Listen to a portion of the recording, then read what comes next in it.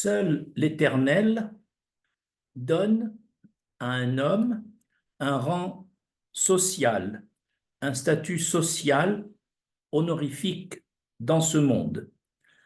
Si l'Éternel en a décidé ainsi, cet homme aura un rang social relatif ou absolu élevé.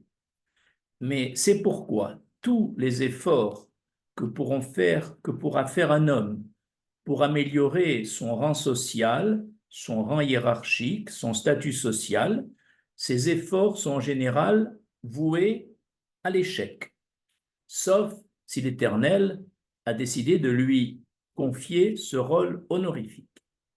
Nous allons illustrer ce principe par 4 exemples concrets. 1, les efforts de Esav.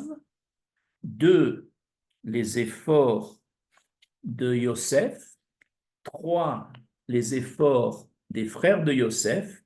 Et 4, les efforts de Moshe Rabbeinu pour son peuple.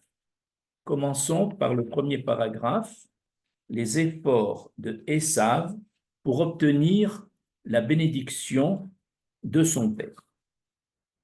Nous savons que Esav a beaucoup honoré son père, beaucoup plus que son frère Yarakov.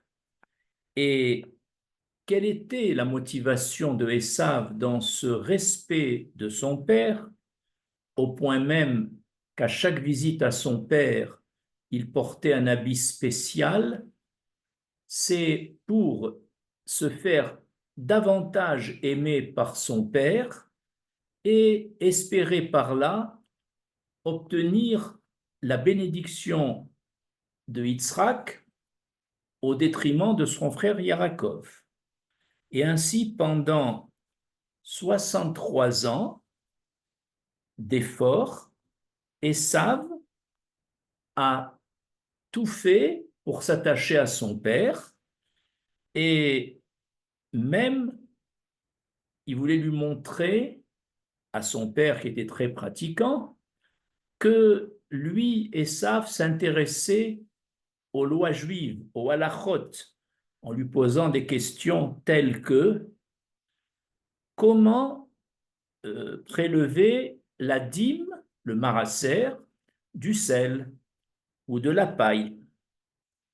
Mais tous ces efforts déployés par Esav se sont avérés vains, puisque sous l'impulsion de Rivka, le jour où Yitzhak a voulu bénir son fils Esav,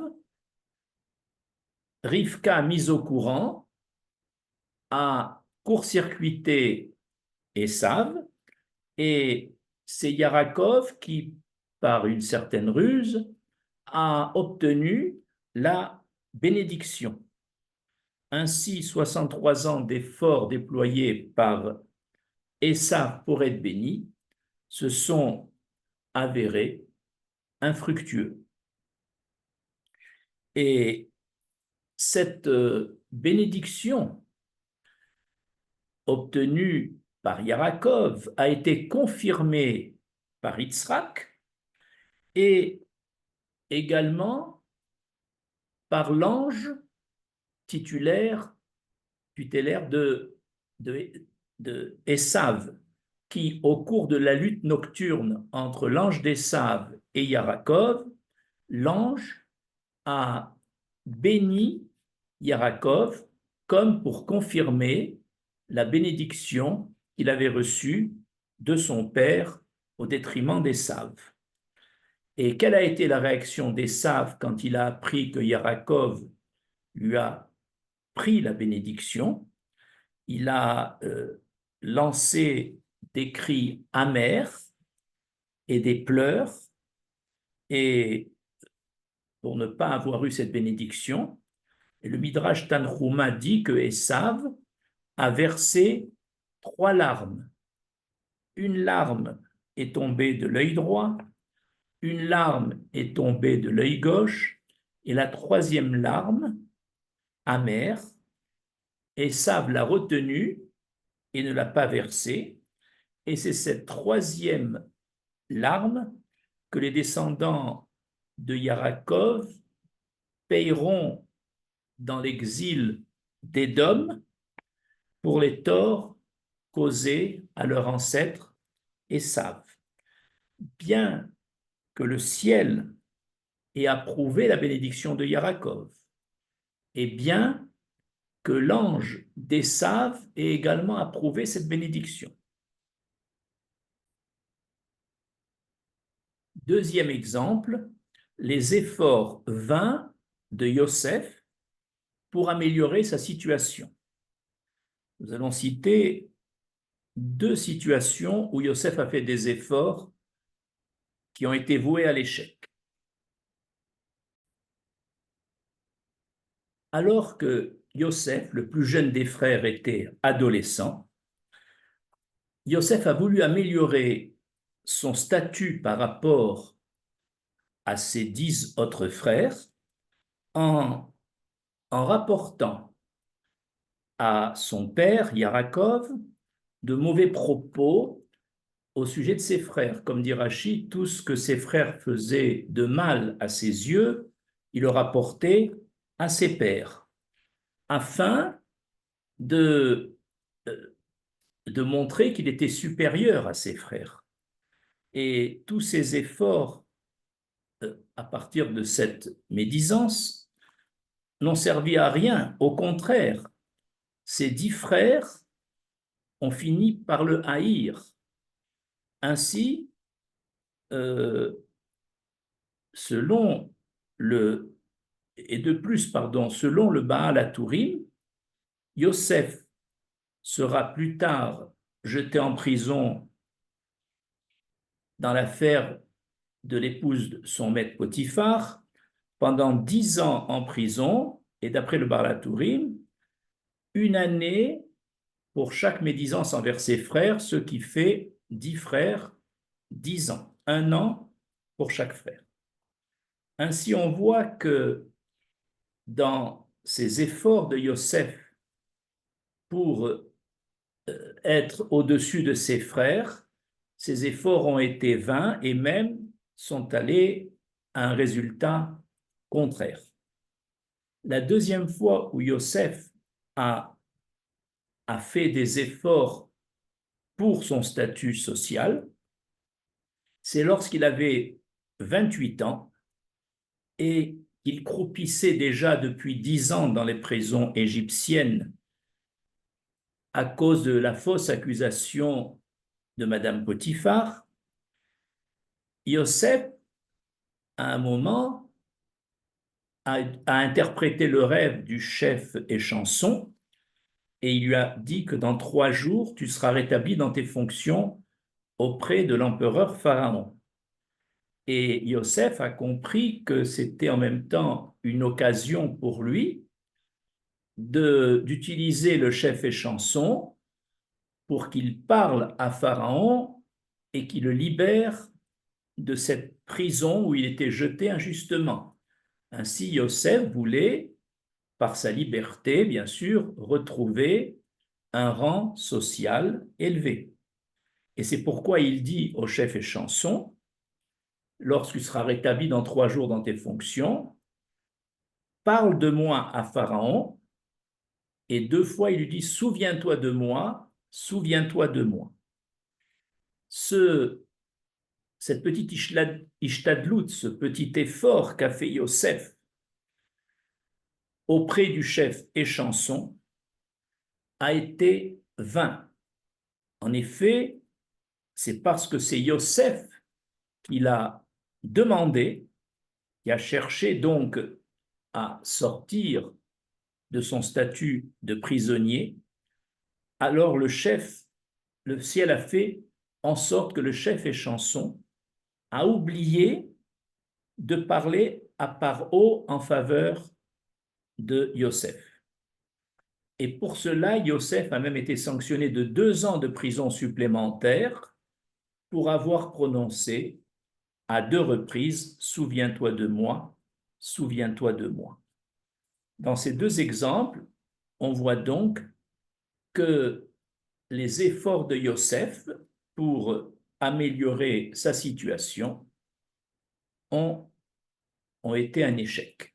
Et même, il y a eu des conséquences négatives pour lui.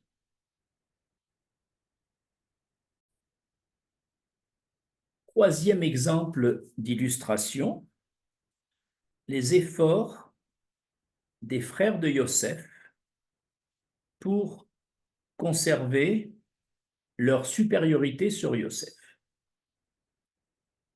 Lorsque Yosef, à l'âge de 17 ans, raconta à ses frères son rêve prophétique selon lequel il deviendra roi, la réaction des frères a été, dans le verset du Sefer Bereshit, chapitre 37, verset 8, Amalor timlor aleinu, im machal timshol lanu, veux-tu régner sur nous, disent les frères, veux-tu nous dominer? Les frères de Yosef n'ont pas accepté ce rêve prophétique, c'est-à-dire qu'ils n'ont pas accepté d'être soumis aux plus jeunes frères et de surplus aux fils de Rachel, alors qu'eux étaient les fils de Léa. Et c'est pourquoi ils ont tout fait, les 10 frères, et les fils de Léa et les fils des servantes, pour empêcher la royauté de Yosef de se réaliser, afin de garder leur supériorité sur leur jeune frère Yosef. Donc c'est pour une certaine hiérarchie familiale que les frères de Yosef n'ont pas accepté cette royauté. Et pour cela, ils vont tout faire pour empêcher la royauté de Yosef. D'abord, lorsque Yosef est venu à Shrem, missionné par son père pour s'enquérir de la santé de ses frères, ils décidèrent, les 10 frères, de l'envoyer en exil en Égypte. Ils l'ont condamné à mort et ils ont décidé d'abord de le tuer. Puis il y a eu l'intervention de Yehuda qui, par un certain sens de responsabilité, a dit quel intérêt à verser le sang de notre frère, vendons-le et il sera ainsi tout seul dans un pays d'exil et considéré comme mort. C'est ce qu'ils ont fait. Donc finalement, quand les frères l'ont envoyé en exil, quel a été le résultat de tous leurs efforts pour empêcher la royauté de leur frère? C'est tout le contraire du but escompté. En effet, malgré eux, en envoyant Yosef en Égypte, ils ont finalement ils se sont mis sous l'autorité de Yosef quand ils sont venus acheter du blé, se sont mis sous l'autorité de Yosef qui lui amenait, quand Yaakov est revenu en Égypte, amenait les moyens financiers de la famille. Et ainsi, tous les efforts des frères de Yosef pour l'empêcher d'être roi l'ont au contraire amené à être roi. En conclusion, les frères de Yosef, tous leurs efforts ont été voués à l'échec parce que le décret de l'Éternel était de donner à Yosef un rang honorifique très élevé, celui du vice-roi d'Égypte, et ça, les frères n'ont pas pu l'empêcher. Et cela est en accord avec l'affirmation de Nachmanide, Ramban, qui a dit Agzera emet ve acharitzut sheker. Le décret céleste est vrai et le zèle pour empêcher ce décret céleste est mensonger.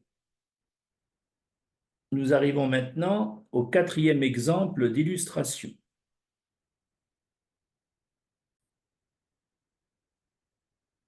L'Éternel a envoyé Moshe Rabbeinu auprès de Pharaon pour lui demander d'alléger la servitude quotidienne des béné Israël. Moshe est donc parti pour cette mission, dont le but était bien sûr de donner plus de kavod, plus de rang social aux, aux, aux Hébreux qui travaillaient l'argile et les briques. Et donc, Moshe était persuadé, et comme c'est l'Éternel qui l'avait envoyé, que sa mission allait réussir.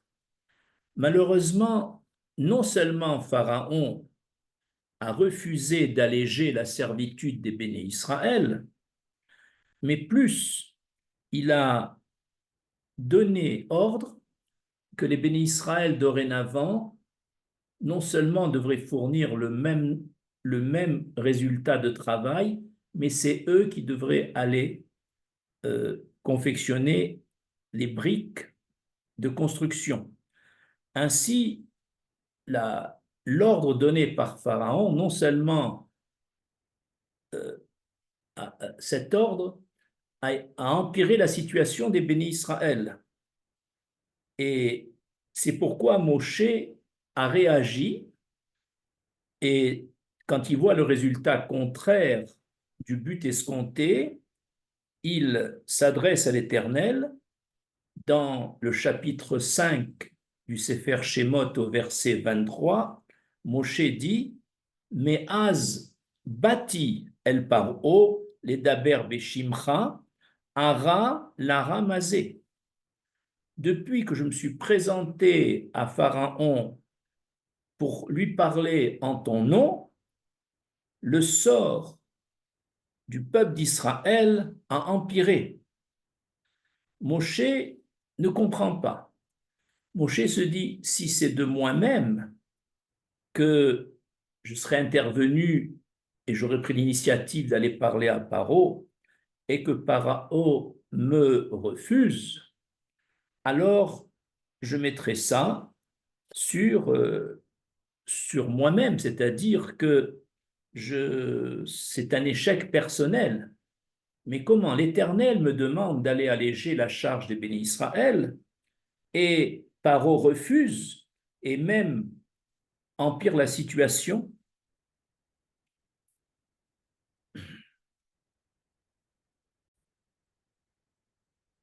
Pourquoi alors la mission de Moshe sur ordre de l'Éternel a-t-elle échoué? C'est parce que l'Éternel voulait donner une leçon à Moshe Rabbeinu.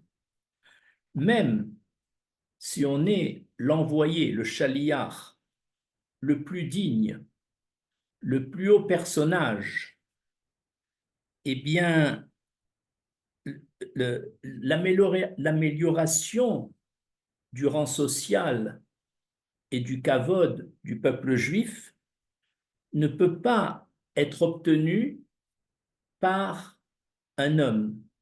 Seul, qui est le chaliar, seul l'Éternel peut modifier la situation et redonner au peuple d'Israël un statut social élevé. Ainsi, malgré le niveau élevé de Moshe Rabbeinu, l'Éternel a voulu nous donner une leçon que toute amélioration de kavod ne se fait que par l'Éternel seul, directement, même pas par un chaliar. Et on comprend maintenant pourquoi.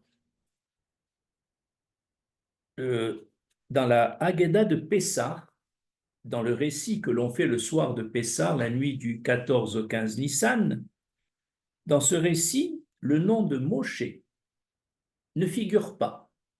Pourtant, Moshe Rabbeinu a largement contribué à la libération, à la sortie d'Égypte en prenant en main les Makotes, en faisant ouvrir la mer pour nous faire sortir.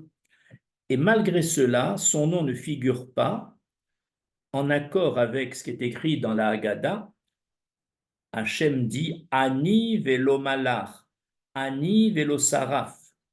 C'est moi seulement et pas un ange. C'est moi et pas un séraphin. Hachem insiste, c'est-à-dire c'est moi et pas Moshe. Donc, on voit que chaque fois qu'il s'agit d'améliorer la situation d'un homme ou d'un peuple, seul l'Éternel peut le faire.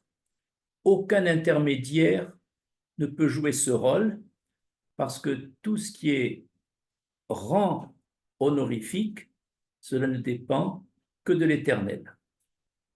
Je vous remercie.